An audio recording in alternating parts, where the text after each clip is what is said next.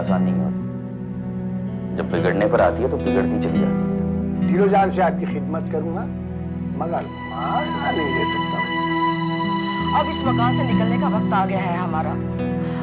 मैं अब इस घर में नहीं रह सकती। अच्छा ही किया, उन्होंने तुम्हारा इन्विटेशन मना कर दिया। कम से कम उन्हें लेकर मुझे तुम्हारे घर तो ना आना पड़ता। मेरे मन में जो आएगा मैं वो करूंगा। अरे बता डोरी कोडाली, अरे ये तेरी दुल्हे सरकार ने और उसके भाई ने सब कुछ सच सच बताइयो। क्या बताएं? अरे वही जो तेरे साथ हो, और तेरे दूल्हे सरकार अपने बेगम की बात हमारी चमक चलो के साथ करें। हम भी बताएंगे। वो जो हमारी बेगम है ना, अरे तेरी बेगम की खुफिया सास, हाँ, एक डॉक्टर की जावे थी, हम ले जावे थी, लेकिन तेरे दूल्हे सरकार है ना, उसके बाप ने रोक दिया। काहे रोका? अरे ये जो बड़े लोग हैं, आप तो लुगाई वाले होके दूसरी औरत के पास जाए, और जो इनकी बेवा बहन बेटी किसी दूसरे को नजर उठा के देख ले कि बस पाकबाज बन के बिल्कुल यूं आंखें तरे ले जैसे अपनी औरत को भी ना छुआ हो।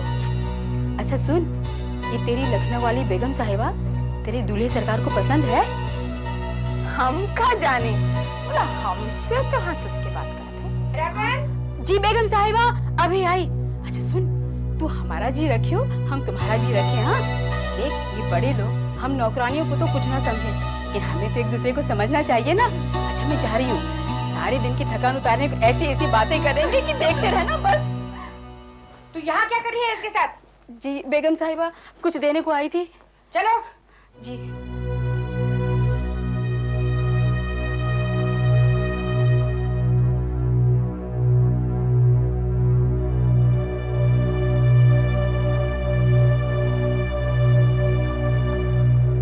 फज्जो की कोठरी में क्यों जा बैठी थी जब मैंने कहा था कि मेरी टांगों पे बुक्के मार, मेरी टांगों के पट्टे अकड़े हुए हैं? ठीक है, दवाती भी हूँ और दूसरा इलाज भी करती हूँ। दूसरा इलाज? क्या बात है दूसरे इलाज की, बता तो सही।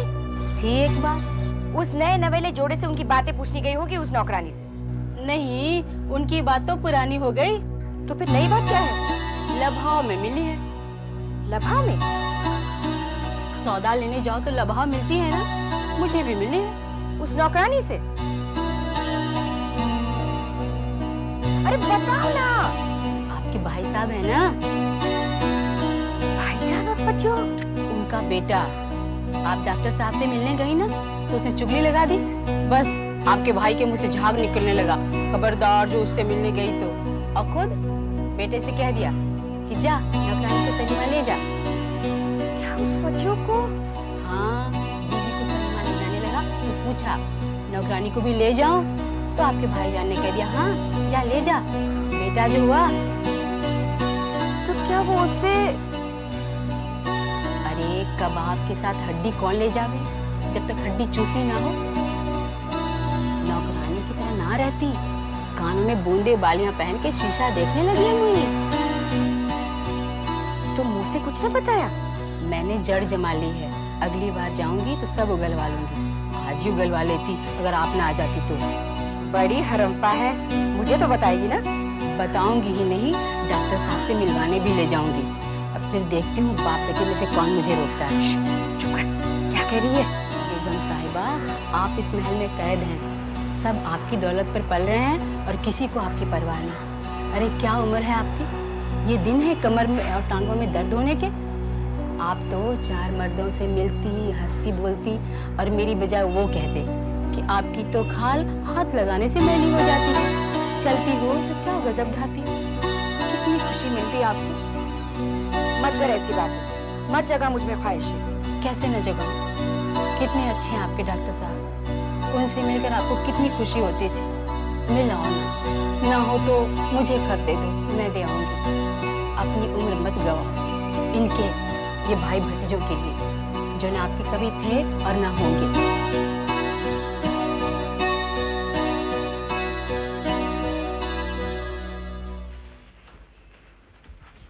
अब्बू जी, अब्बू जी।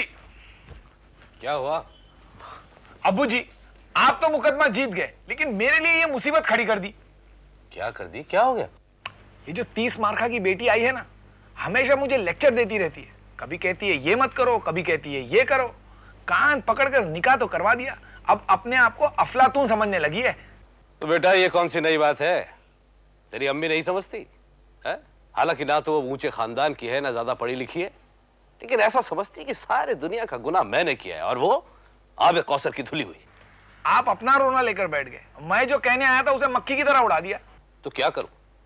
तूने अभी रोना शुरू किया है और मैं रो चुका हूं। बेटा ये मत समझ कि पहली रात बिल्ली मार ली तो औरत हासिल कर ली। शादी की है, भुगतना भी सीखो। क्या सीखो? बेटा शादी के बाद बीवी सिर्फ एक रात की बीवी रहती है, उसके बाद उसके पर निकलने लगते हैं और वो मक्खी बन जाती है और आदमी के जिस्म पर वहीं बैठती है जहां आदमी के जिस्म की खाल कच्ची या घाव हो, और अगर उसे ज्यादा उड़ाया जाए तो वो डंगारा मक्खी बन जाती है, भिन्न भिन्न भिन्न भिन्नाती है और वहीं आकर बैठती है जहां से उसे उड़ाया जाए। फिर आप मुझसे मत कहिए, उसकी भी एक दुखती रग है। अब तो सिर्फ 2 बार छुआ है, अगर मसल दी तो तिल मिलाकर अपनी माँ के पास चली जाएगी। तो वही उसकी पहली मंगनी की बात उठाएगा। अब तक तो मंगनी की बात उठाई थी, लेकिन अगर ज्यादा अकलमंदी की, चपड़ चपड़ की और मेरे काम में टांग अड़ाई तो उससे पूछूंगा कि उस मंगनी वाले से उसके क्या ताल्लुकात थे। ये तो आपकी वजह से चुप हूं, वरना मैं इस बात को भुला नहीं पा रहा। मेरे समझदार बच्चे निगले हुए को उगला नहीं करते। अभी तू उससे कुछ मत कहना, पर अभी तो तुझे उसे लेके लखनऊ जाना है। ये देख चिट्ठी आई है तेरे सास की। मैं नहीं जाऊंगा लखनऊ और उसे भी नहीं जाने दूंगा। पता नहीं उससे क्या पूछे और उसे क्या सिखाकर भेजे। आप लिख दीजिए कि अम्मी की तबीयत खराब है। तू उसे भी समझा ही नहीं। वो उनमें से है कि एक नजर डाल के ये बता सकती है कि सामने वाले ने क्या खाया और क्या बचाना बाकी है। खैर मैं कुछ करूंगा, लेकिन तू बहू से कुछ मत कह। अगर वो जोर डाले तो लखनऊ चला जा। और एक बात याद रख, तेरी सास के मुंह में शमा की शादी किस काजी ने कराई है उसका पता है। जिस दिन उसने बता दिया हम लोग सब सड़क पर हो गए। इसलिए सब्र कर और जा। आज 2 सुन ले, बाद में 4 नहीं 14 सुनाना, जो तेरी मर्जी है करना। जा, जा।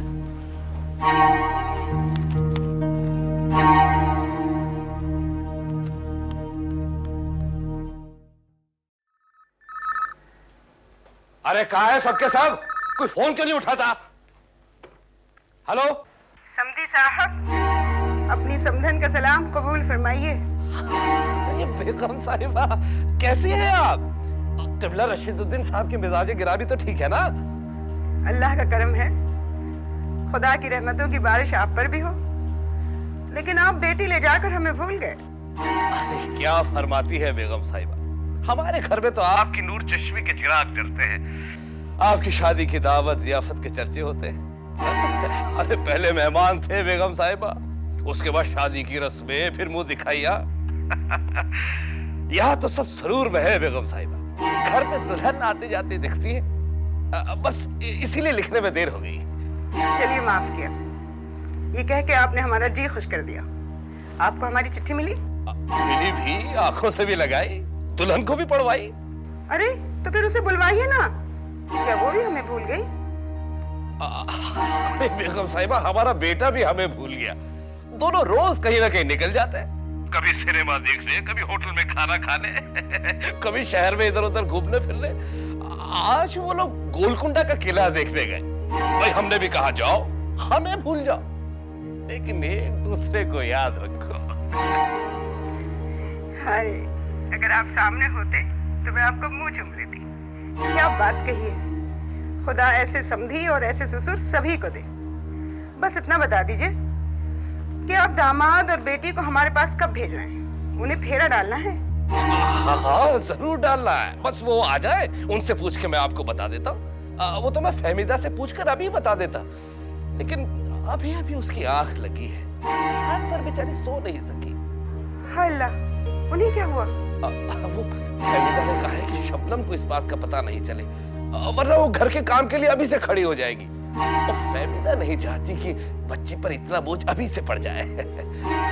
खुदा उन्हें सलामत रखे। लेकिन उन्हें हुआ क्या? डॉक्टर को तो दिखाइए।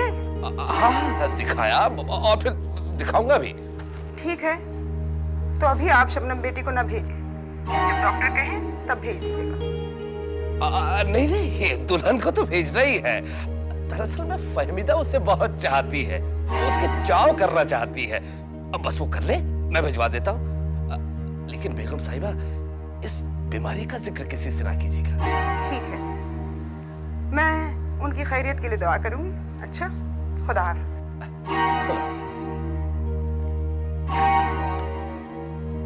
सलाम चची जान। जीती रहो, सदा सुहाग बना रहे। मद्रास से आ रही हो या हैदराबाद से? मद्रास से वापस हैदराबाद आई, वहीं से तो आ रही हूँ। तो फिर शबनम से जरूर मिली होंगी तुम, हैं? अभी अभी उनके ससुर का फोन आया था, कह रहे थे शबनम बहुत खुश है। कौन खुश है, शबनम या वो? क्या मतलब? आपको पता है चची जान, उन्होंने पहली रात शबनम से मेहर माफ करा लिया। क्या? अब्बा जान शैतान सिफत और बेटा जान ताबेदार, दोनों ने मेहर माफ करा लिया। सास ने तो कुछ नहीं कहा, वो तो अच्छी है, बहुत प्यार करती है। और वही बेचारी बीमार है। किसने कहा आपसे? मैं तो मिलकर आ रही हूँ। मेरी अभी अभी शिराज साहब से बात हुई। मैंने कहा शबनम बेटी को घर भेज दीजिए, तो वो बोले जरूर, मगर पहले फहमीदा ठीक हो जाए। आपको चक्कर में डाल दिया चची जान। उन्होंने ये इसलिए कहा कि अगर शबनम को भेज दिया तो आपको सब पता चल जाएगा। बहुत चालाक लोग हैं वो। तो मुझे पूरी बात बता। अच्छा, अंदर चल। ये सब अब दोहराने से क्या फायदा? ऐसा क्या है जो हमें नहीं मालूम, आपको नहीं मालूम? अब तो जो बिन गया सो मोती, जो रह गया सो पत्थर। और उन्होंने हमारी बेटी से मेहर जो माफ करवा लिया। क्या कर सकती है? करने वाली ने कर दिया, उसे हक था। वैसे आपने भी कुछ कम बुरा नहीं किया। मैंने क्या बुरा किया? अरे उनको दबाव डालकर जबरदस्ती 5 लाख का महल लिखवा लिया।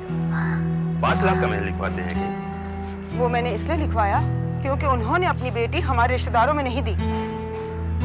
और उन्होंने इसलिए माफ करा लिया कि आपने सही नहीं किया। शर्त रखनी थी तो शादी के पहले रखती, बदले में बेटी की शादी करनी होगी। आपने छल किया, उन्होंने भी कर दिया। छल कैसा? ये छल है?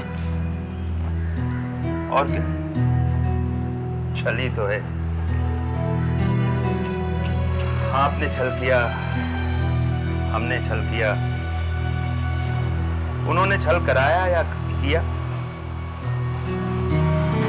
सुनो, तो फिर मुझे सजा दे लो, लेकिन मेरी बेटी को बचा लो, उसे सजा मत दो। ये क्या कर रही हैं आप? काजी से निकाहनामा लेकर अपने पास रख लो। निकाहनामा? कैसा निकाहनामा? शमा का, वही जो हमने कराया था। उससे क्या होगा? शमा जो निकाहनामा लेने आपके पास आई थी, उसे लेकर अपने पास रख लो। शमा के काम तो नहीं आया, लेकिन हमारी बेटी के काम जरूर आएगा। अगर उन्होंने हमारी बेटी के साथ बदसलूकी की तो हम शमा का निकाहनामा दिखा देंगे। दोनों बाप बेटे के घुटने टूट जाएंगे।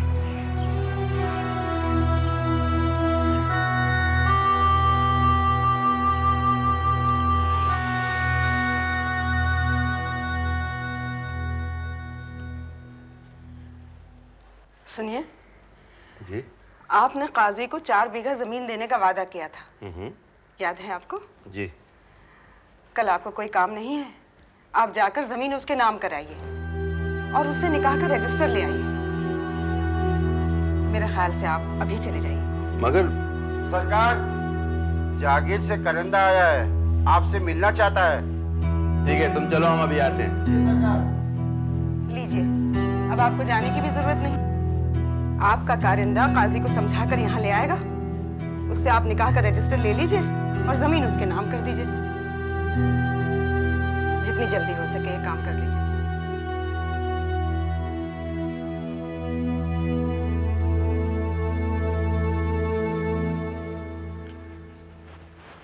सलाम हजूर। सलाम। हो आए जागीर से? जी जनाब। काजी साहब से बात हुई? हुजूर उनके घर गया था पर बात नहीं हुई। बात नहीं हुई? लेकिन हमने तुम्हें वो हुक्म सुनाने और उन्हें अपने साथ लाने के लिए कहा था। हुजूर वो गांव में नहीं थे। अरे गांव में नहीं थे तो जहां थे वहां चले जाते। उनके एक साथी थे, भला सा नाम था उनका। हुजूर वो तो थे, उन्होंने ही बताया है। 3 महीने पहले अजमेर शरीफ गए थे, वहां से दूसरी दरगाहों को जाएंगे, 1 साल बाद आएंगे। क्या बकवास कर रहे हो? तुमने भांग खाई हुई थी या उन्होंने खाई थी? अभी मंगनी के मौके पर वो यहाँ मौजूद थे और अब कह रहे हो कि वो अजमेर शरीफ गए हुए थे। हुजूर गांव वाले से कुछ और सुनने में आया। क्या? वो गांव से भाग गए। भाग गए? क्यों? क्या किया उन्होंने? उन्होंने नहीं सरकार, उनके बेटे ने किया और डरकर भाग गए।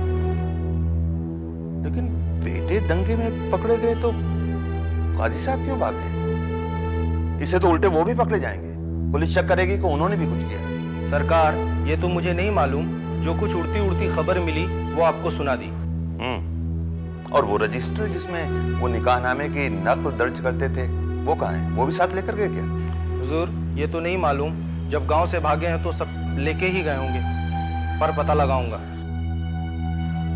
ठीक है, तुम जाओ और ये पता करते रहो कि वो कहाँ हैं या कब आएंगे। जी हुजूर। सलाम हुजूर।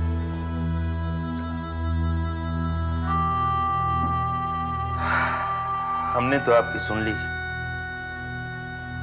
पर लगता है वक्त आपकी नहीं सुन रहा। आखिर हुआ क्या? किसकी बात कर रहा था वो? काजी साहब की, जिनसे निकाहनामा लेकर आप अपने पास रखना चाह रही थी। वो पुलिस के डर से गांव छोड़कर भाग गए। हाय अल्लाह, क्या कोई चोरी चकारी कर ली या किसी की बीवी को ले भागा? अरे किसी के लिए तो अच्छा बोला करो। उनके दोनों बेटों को हथियार रखने के जुर्म में पुलिस ने गिरफ्तार किया है। बेचारे इस डर से चले गए कि कहीं उनकी शामत भी ना आए। तो वो बेचारे हो गए, हाँ? और इस बेचारी का क्या होगा? तो क्या हमें निकाहनामा नहीं मिलेगा? फिलहाल शिराज का पल्ला भारी है।